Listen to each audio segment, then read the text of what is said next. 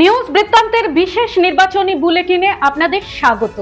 আজ 23শে মার্চ রাজ্য জুড়ে অনুষ্ঠিত হলো প্রথম দফার বিধানসভা নির্বাচন। আজ সারা দিনের নির্বাচনের আপডেট আপনাদের সামনে উপস্থিত করছি।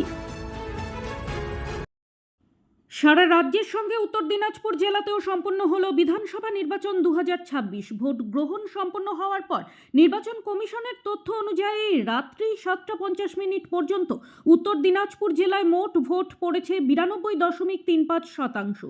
রায়গঞ্জ বিধানসভায় 91.22%, হেমতাবাদ বিধানসভায় 93.75%, কালিয়াগঞ্জ বিধানসভায় 94.47%, ইটাহার বিধানসভায় 94.62%, করণদিঘিতে 93.53%, ইসলামপুরে 89.42%, গোয়ালপুকুর বিধানসভায় 91%, চাকুলিয়া বিধানসভায় 89.01% ও চোপড়া বিধানসভায় 92.84% ভোট পড়েছে। সকাল সকাল ভোট দিয়ে শান্তির বার্তা দিলেন রায়গঞ্জের তৃণমূল প্রার্থী কৃষ্ণ কল্যাণী। রায়গঞ্জ করোনেশন হাই স্কুলের বুথে স্ত্রী নিশা কল্যাণীকে সঙ্গে নিয়ে সকাল 7টায় প্রথম ভোটদান করেন প্রার্থী। তিনি বলেন, আজ সকাল থেকে আবহাওয়া খুবই মনোরম, তাই সকাল সকাল সকলেই বুথে এসে ভোট দিয়ে যান। নিরাপত্তা ব্যবস্থা নিয়ে সন্তুষ্ট কৃষ্ণবাবু করজোড়ে রায়গঞ্জবাসীর কাছে আবেদন জানান, আইন শৃঙ্খলা মেনে শান্তি শৃঙ্খলা বজায় রেখে গণতন্ত্রের উৎসবে যোগ দিন।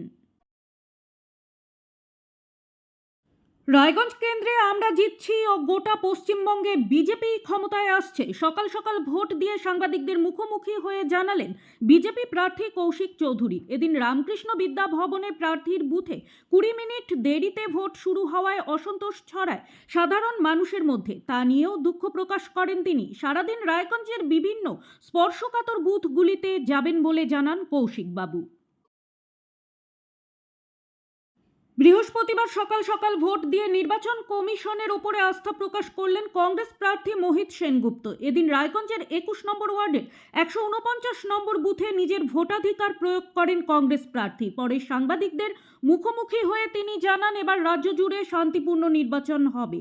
কেন্দ্রীয় বাহিনীর ওপর আস্থা প্রকাশ করেন তিনি। সারাদিনে বিভিন্ন বুথ পরিদর্শন করে কর্মীদের পাশে দাঁড়ানোর বার্তাও দিয়েছেন মোহিত সেনগুপ্ত।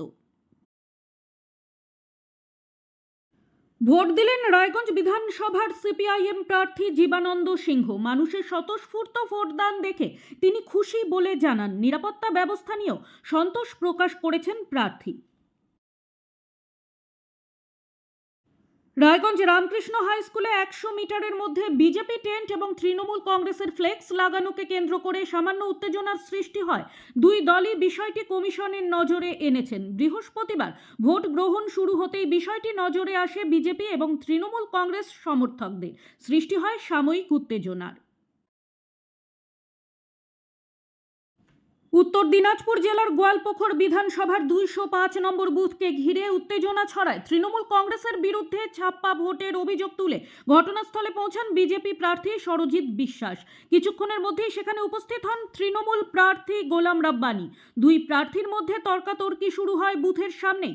ঘটনাকে কেন্দ্র করে এলাকায় চাঞ্চল্য ছড়ায়। যদিও প্রশাসনের পক্ষ থেকে পরিস্থিতি নিয়ন্ত্রণে আনার চেষ্টা করা হয়। প্রতিবারের মতো এবারও শান্তিপূর্ণভাবে ভোট দান করতে পেরে সন্তুষ্ট বৃহন্নলা সমাজ। বৃহস্পতিবার বিধানসভা নির্বাচনে রায়গঞ্জের প্রায় 64 জন বৃহন্নলা নিজেদের ভোটাধিকার প্রয়োগ করলেন। এসআইআর আবহে নির্বাচন তালিকায় তাদের নাম থাকবে কিনা তা নিয়ে সন্দিহান ছিলেন তারা। তবে জেলা প্রশাসনের ভূমিকা এবং সহযোগিতায় অবশেষে ভোটার তালিকায় নাম ওঠে বৃহন্নলাদের। রায়গঞ্জ পৌরসভার শিল্পীনগরের 132 এবং 133 নম্বর বুথে কেন্দ্রীয় বাহিনীর অতি সক্রিয়তার অভিযোগে সরব হলেন রায়গঞ্জের তৃণমূল প্রার্থী কৃষ্ণ কল্যাণী। বৃহস্পতিবার রায়গঞ্জের শিল্পীনগরের শিশু কল্যাণ প্রাথমিক বিদ্যালয়ের একটি বুথে ভোট গ্রহণকে কেন্দ্র করে উত্তেজনার সৃষ্টি হয়। সাধারণ ভোটারদের নিগ্রহের অভিযোগ ওঠে কেন্দ্রীয় বাহিনীর বিরুদ্ধে। সরাসরি এই অভিযোগ করেন রায়গঞ্জের তৃণমূল প্রার্থী কৃষ্ণ কল্যাণী। বুথের 100 মিটারের মধ্যে বিজেপি কর্মকর্তাদের উপস্থিতি নিয়েও সরব হন তিনি। উত্তর দিনাজপুর জেলা প্রশাসনের তরফে বিভিন্ন জায়গায় মডেল বুথ ও মহিলা বুথগুলিকে সাজিয়ে তোলা হয়েছে, যার মধ্যে অন্যতম রায়গঞ্জের কর্ণজোড়ায় অবস্থিত স্বর্ণময়ী অবৈতনিক প্রাথমিক বিদ্যালয়ের বুথটি। জেলা প্রশাসনিক ভবনের কাছাকাছি অবস্থিত এই মডেল পিঙ্ক বুথটিকে রীতিমতো বিয়েবাড়ির সাজসজ্জায় সাজিয়ে তোলা হয়েছিল। গোলাপি থিমের ওপরে সজ্জিত এই বুথটিতে আলপনা, বেলুন ও নানা রকমের ছবির সমাহার, বিশেষত কার্টুন চরিত্রের সমাহার বাচ্চাদের নজর কাড়বে। রয়েছে বাচ্চাদের জন্য রঙিন পুতুলে সাজানো ক্রেশ, বসার ব্যবস্থা, পানীয় জল ও চকোলেটের ব্যবস্থা ছাড়াও সেলফি জোন। এই বুথটিতে এদিন সূর্যোদয় চিলড্রেন্স হোমের 8 জন বিশেষভাবে সক্ষম ছেলে মেয়ে যারা 18 বছর বয়সে উত্তীর্ণ হয়েছে তারা প্রথমবার ভোট দেয়। হেমতাবাদ বিডিও অফিসের কন্ট্রোল রুম থেকে হেমতাবাদ বিধানসভার 279টি বুথে কড়া নজরদারি নির্বাচন কমিশনের আধিকারিকদের। বিডিও বিশ্বজিৎ দত্ত সহ নির্বাচন কমিশনের আধিকারিকরা উপস্থিত ছিলেন দিনভর। বাড়ি থেকে পায়ে হেঁটে স্ত্রীকে সঙ্গে নিয়ে নিজের ভোট কেন্দ্রে এসে ভোট দিতে এলেন কেন্দ্রীয় মন্ত্রী সুকান্ত মজুমদার। এদিন বালুরঘাট প্রাচ্য ভারতী বিদ্যাপীঠে ভোটদান করেন তিনি।